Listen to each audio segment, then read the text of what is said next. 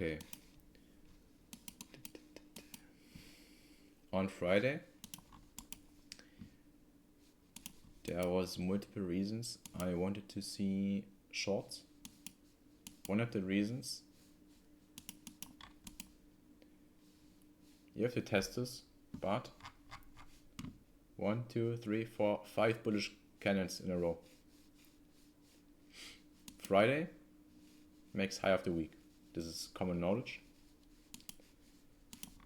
So on this week, we will put in the high on Friday. But with this in mind, it's probably not going to close bullish as well. It's just very unlikely. So the chances of Friday containing a sell is very high. As you can see here, there was a sell in here, a big one. So this is basically, I have to see what I can retell. Okay, so let me explain this with CRT as well. Okay, this candle here, for example, this is a CRT. This CRT, this is candle 1. And this is candle 2. It sweeps it on ES. We close inside, telling us lower prices on NQ. We get higher prices because we close above. But this is a new CRT.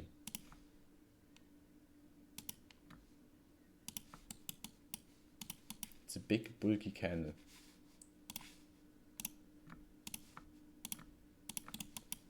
So you expect a sweep of one side to trade to the other side.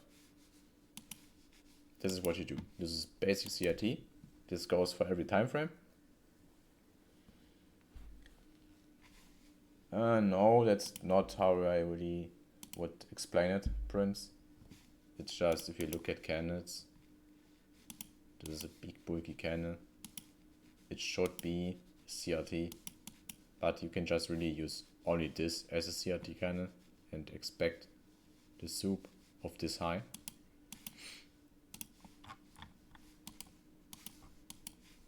You can really just, instead of this new, you can mark out this high as well. Doesn't really matter, you just have to see in what range you're inside of.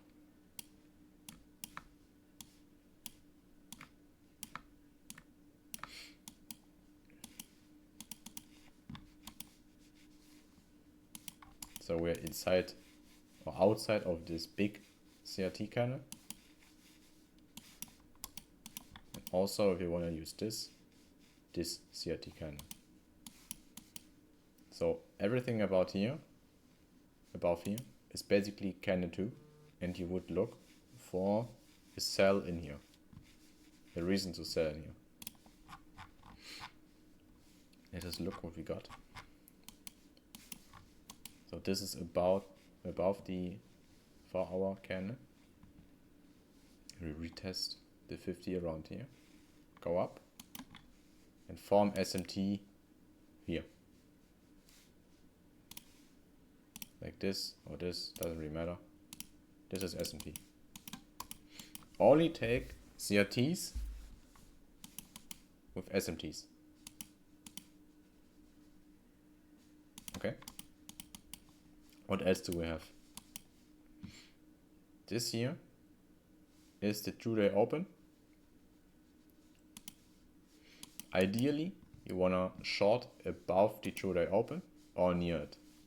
So as you can see here, yes, trades above is above here. And we form SMT on that candle here. Nasdaq is near the 2-day open and forms SMT here. So this right here is the potential area to look for a short. Let's move down to the lower time frame.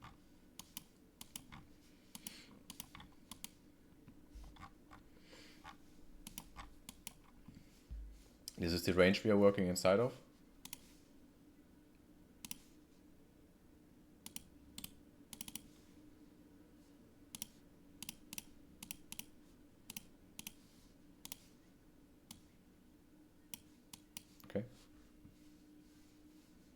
This is the 50 of the range, meaning this right here is the first liquidity pool above equilibrium, and the S obviously purged the current range high. You can see this. This both already purged this high, but it's not valid to short in here because ES has not purged this high already. There's no SMT before, only on this candle. With this candle, it purges the high, forms SMT above the 50, taking liquidity. You can sell here.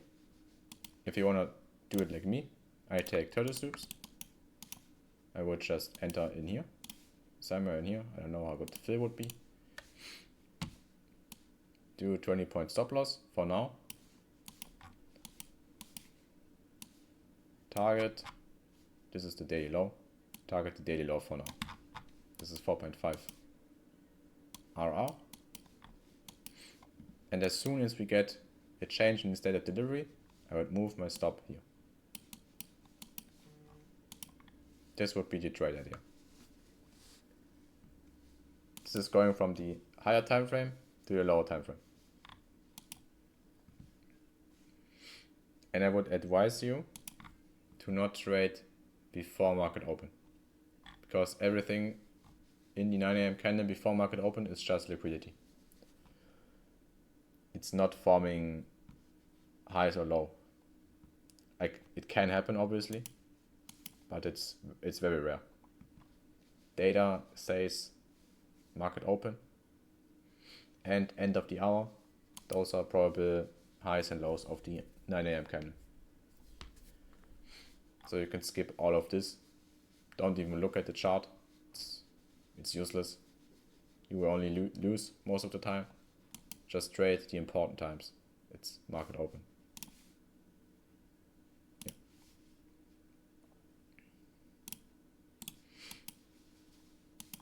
Treat all of this before as liquidity. Liquidity, and watch out for SMT at specific areas of price.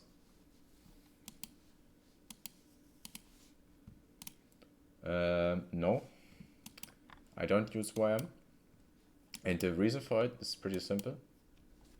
In my opinion, you can use YM if you want more trade frequency, but if you're fine with missing out 1 or 2 trades in a week or in a month, doesn't really matter, but get like 10 false signals from YM, then trade YM. But if you're fine with missing a couple trades, then don't use YM, because it gives you more frequency, but also a lot of false signals. Because it's just that often desynced. For me personally, I don't use it. It makes no sense. It only messes with my accuracy.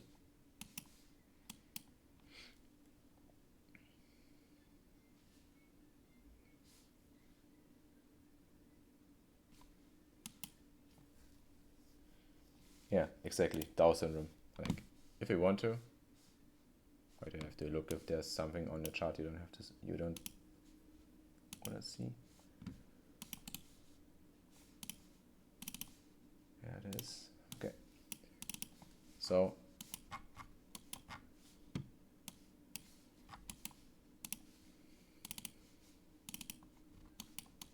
let's look at the piece of price. In this instance, yeah, like look,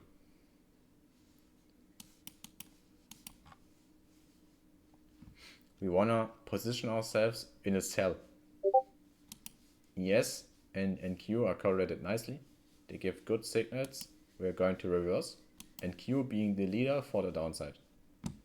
Look at YM. Like, if I see this, what the fuck's this?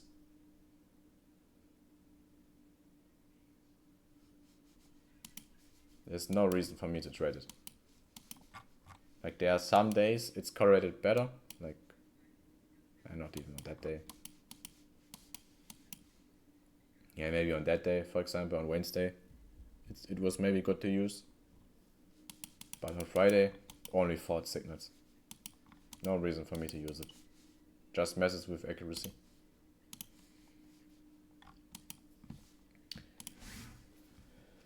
Thursday would have been CRT can. Friday we took high and low, but we had key level at daily gap. If we used Friday candle as CRT candle to trade next week with. No. Because don't forget, you're still inside the Wednesday CRT. You at least want to see the 50 on one asset. As long as the 50 or extremity of it is not hit, I wouldn't use a new daily CRT.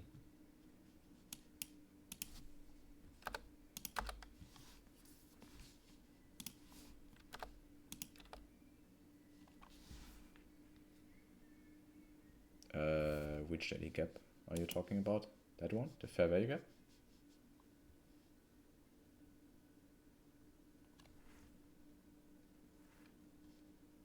This one.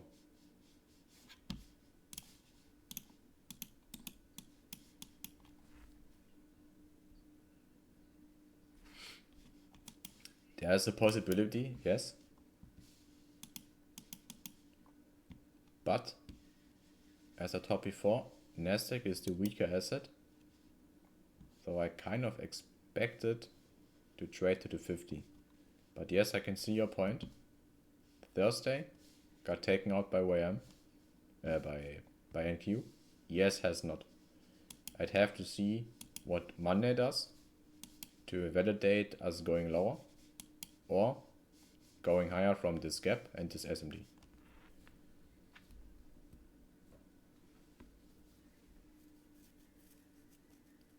But yes, I can see longs forming from here as well. It's possible.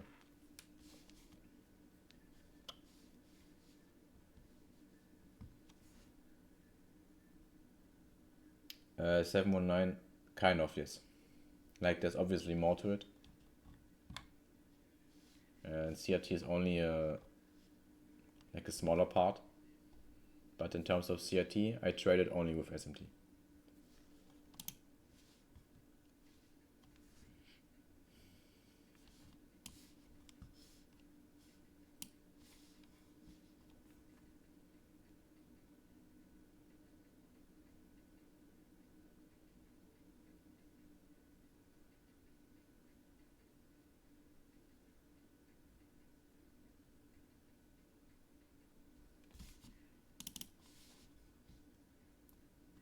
Yes, Romeo.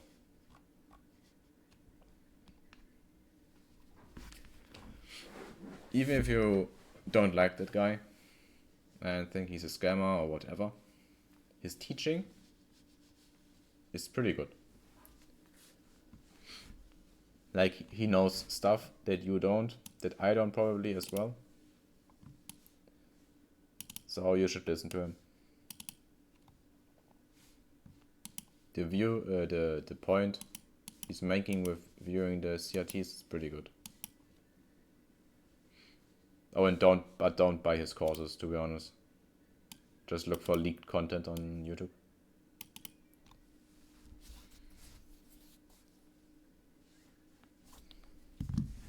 Oh, I see. We have Bren in here. What's good, Bren? You want some sauce?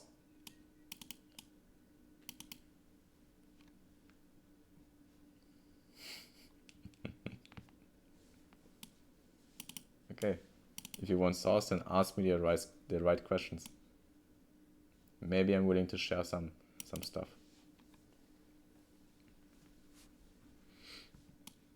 Because after all, I'm very limited to what I can say.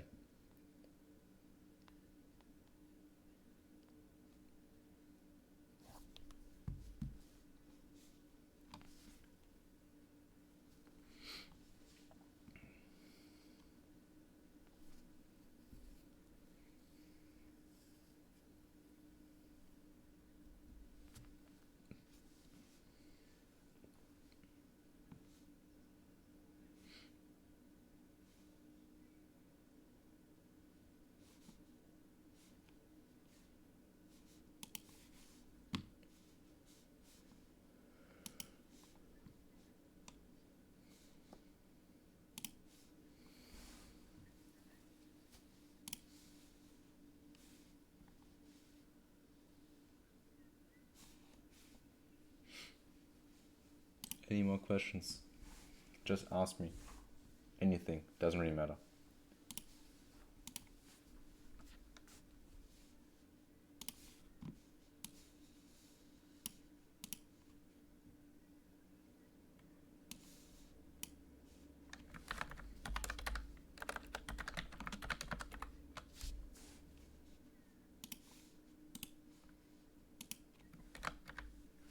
Give me a second.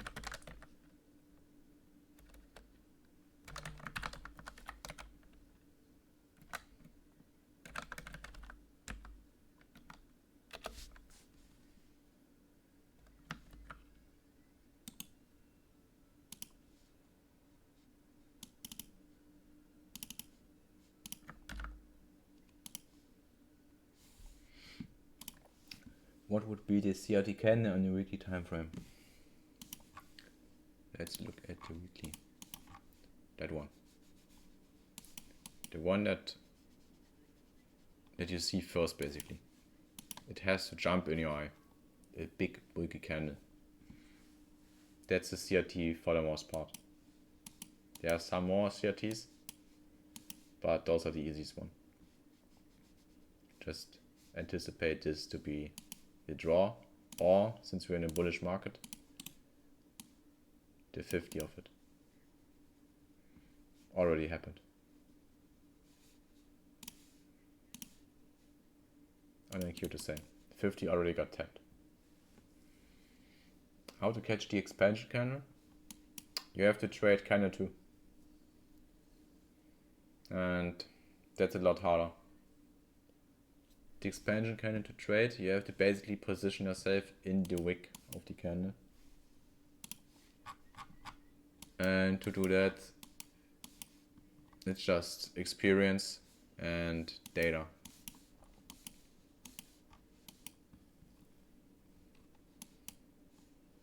Like you have to know this.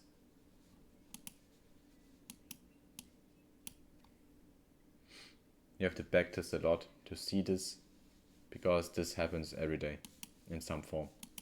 Every day is the same.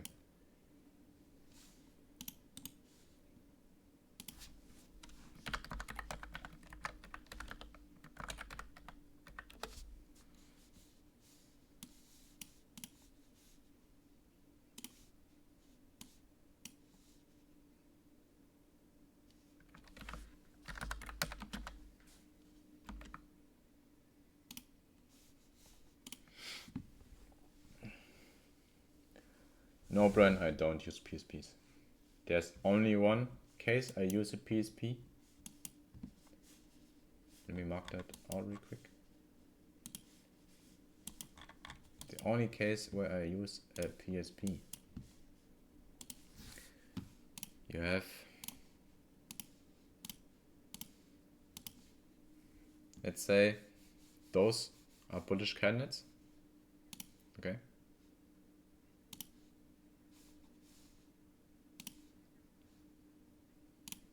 And this is, for example, a bearish candle.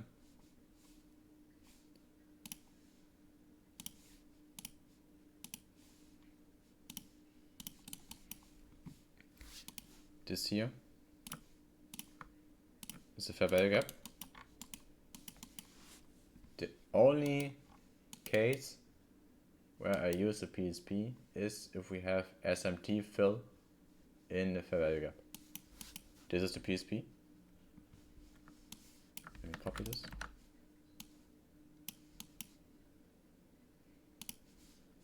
Let's say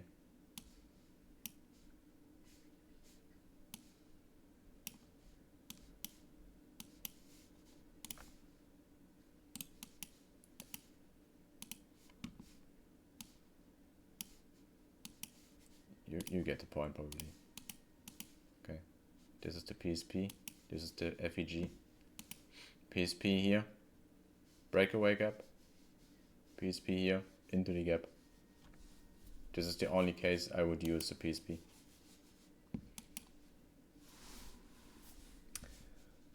Yes, OPM. You mean that table? This is my indicator. I made it myself. It's pretty simple. What you can see here, so I only trade New York. This is the distribution of highs and lows of the 9, 10, 11 and 12 AM candle. So what can you see in here? And we can look at the trade as well. As you can see, this is based on, I don't know how many data it is. I have no idea. But a lot, at least a year, probably 5 years or more data. So as you can see here, 9 AM is unlikely to form the high or low in the first 15 minutes. It just won't. It's more likely to do it at open in this cluster, or very likely to form it at the end of an hour.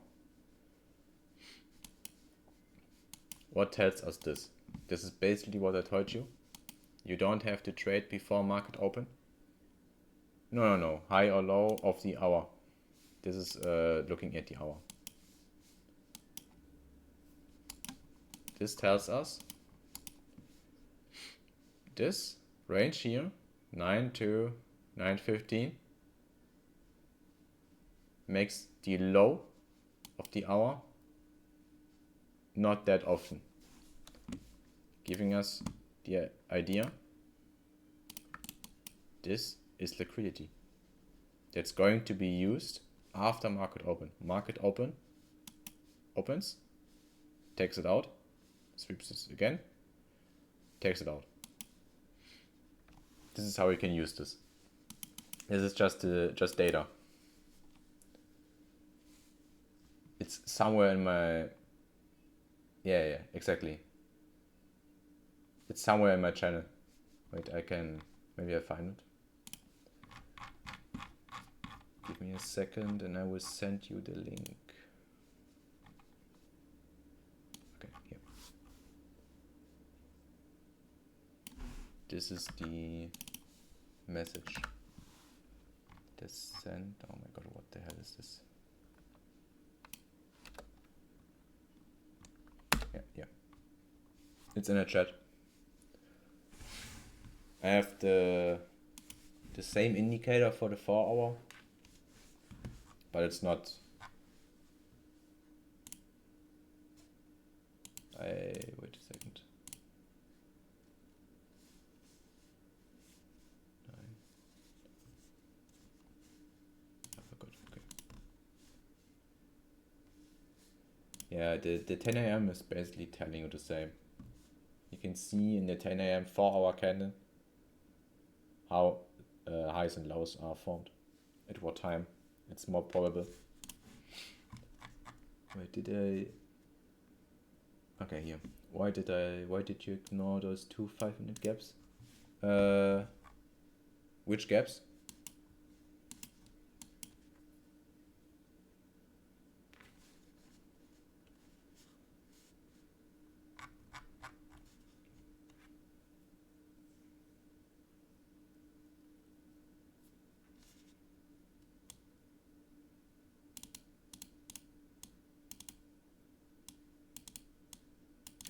You can just add them to it. You will see they have less likeliness of being high or low as well. So you can basically add 15 and 20 to the first cluster and treat the 40 to 45 as an extra cluster. Like look, this is 85, this is 95% chance in these clusters. The 5% is just in the 50 to 20 and the 40 to 45.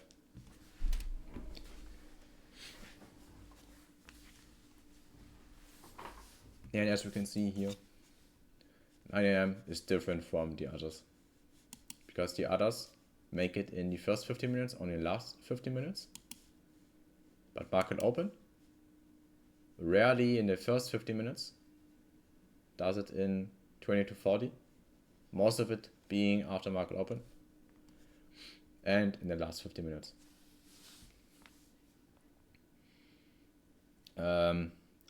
I only have this indicator on for you right now. I don't use it anymore because I know the probabilities. But yes, I use this. This is the logic I'm trading, and it's data you can't fake. It's in the market.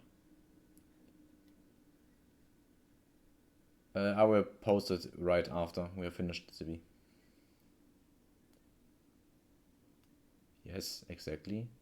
OPM, where not manipulation, more if you think in a term of power of 3, it's more the accumulation.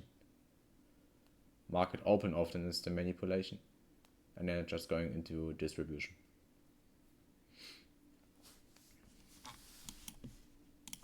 Look, 9 a.m.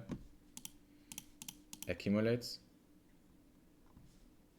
manipulates to a level, distributes. This is 9 a.m. and basically every candle, but 9 a.m. being a special candle because you can treat the 9 a.m. candle kind of as like two 30-minute candles. First 30 minutes being accumulation, and then after open this move happens. With every other candle it's more like, okay, small accumulation into the manipulation, very long distribution, and just making the top wick again. This is 9, this is every other candle on indices. Okay, this goes not for Forex. I have no idea if it's the same for Forex.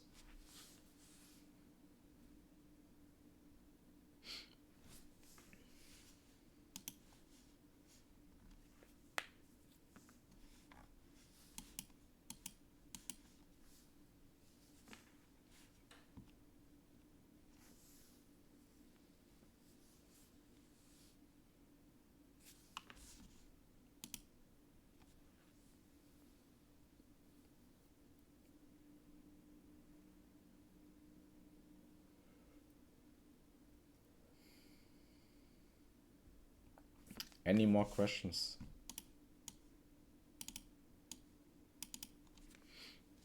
Do you guys know how to do standard deviations? It's on my YouTube channel. Any questions regarding that?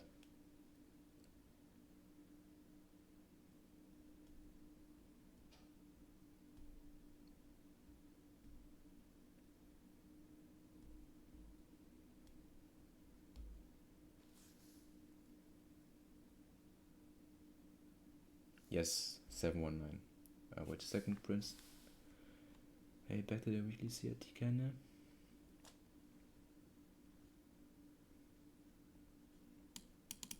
Let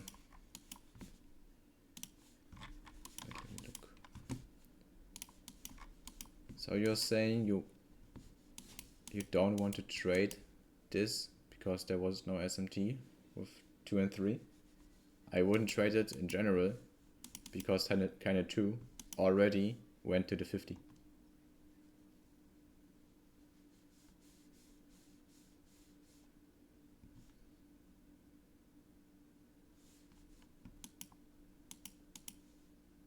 Only the 50 is guaranteed.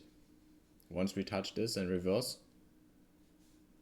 I will mark out this level and use it later on, but I wouldn't really frame bearish bias. Yes, or can 2 and 3 SMT.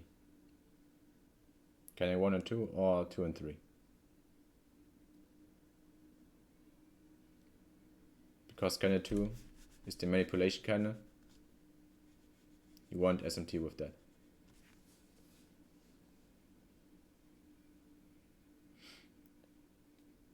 Um, 719 and signal. Let's go over your question. Yes, I would have used standard deviation, and I did use. So let me get rid of some drawings here. As you can see, we just hang around, do nothing, like there's no volatility, and then in the 9 AM candle we get this. This is SMT. Those are the easiest deviations to use because, as we can see here, this low got broken. This low has not been broken. So what you do is you take your fib on the low that traded below the original low and put it to the high that broke the low. That way. Then you do this, boom. You get your deviations. Ah, guess what?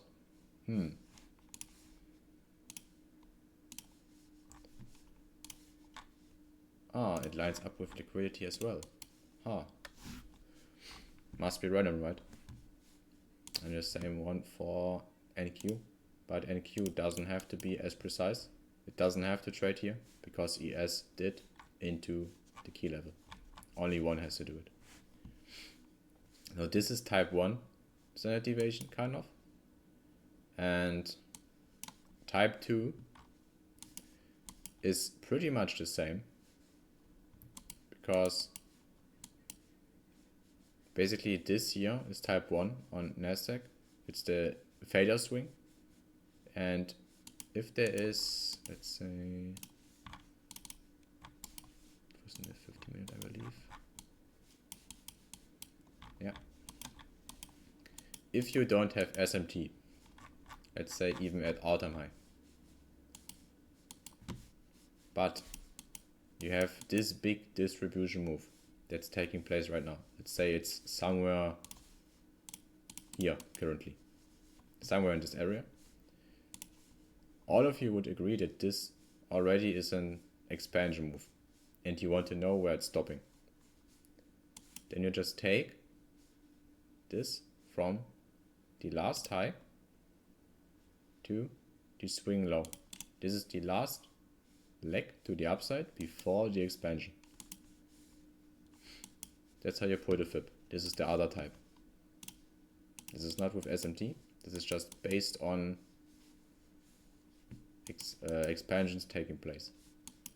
So generally, in this area of price, it should start to reverse.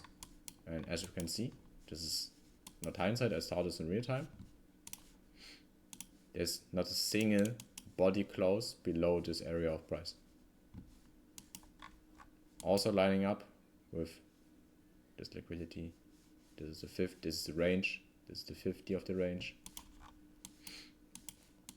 ES trading below here. This is SMT. Yeah, that's how you use the deviations and find possible spots of reversal or where to take profit if you're in the sell from here.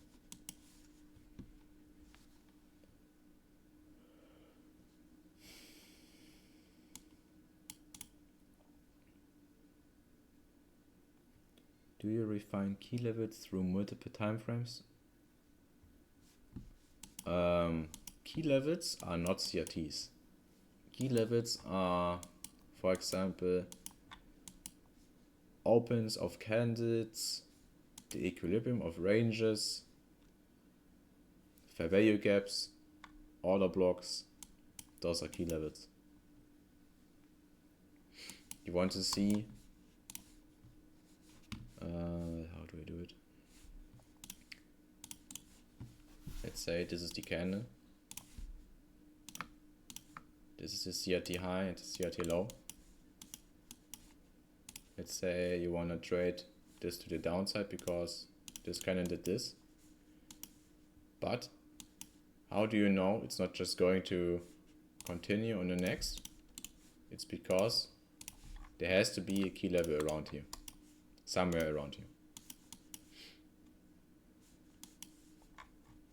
But because the market just does this, it does not return back to the range randomly. It has to use key level. This is the key level.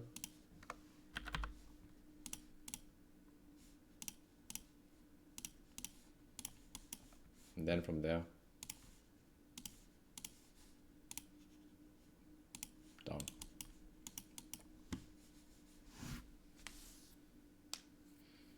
So no, I don't get the key levels from CRTs. The key levels are different. Key levels are PD arrays, and CRT ranges are just ranges. You just have to know in what range you're inside of. Trade to the 50, somewhere around here, and trade to the low. Those are your partial taking points.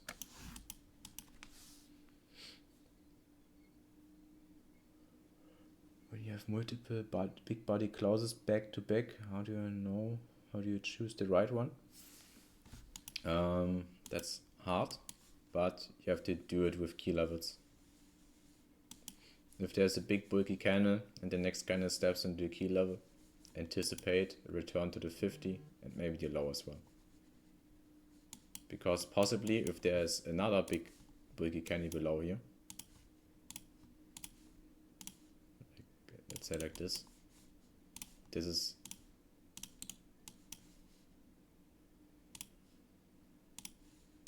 a fair value gap, key level. From key level to key level, and then takes out possibly this high again, because this is a new CRT. Take out this.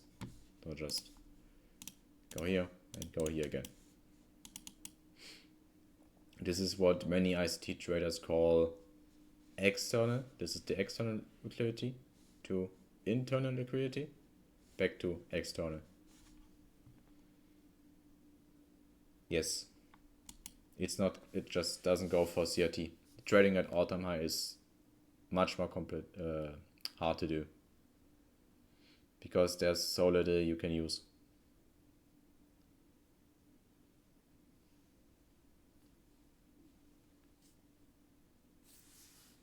Any more questions? If not, that would be it for the first lesson.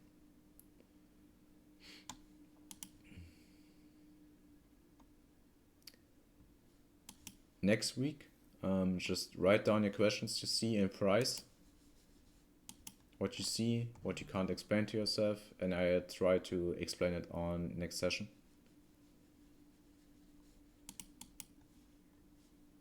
And if you have a question on a trade I take, maybe you follow me on some socials and see my executions, you can just ask me what I base this trade on. And then we will go over it.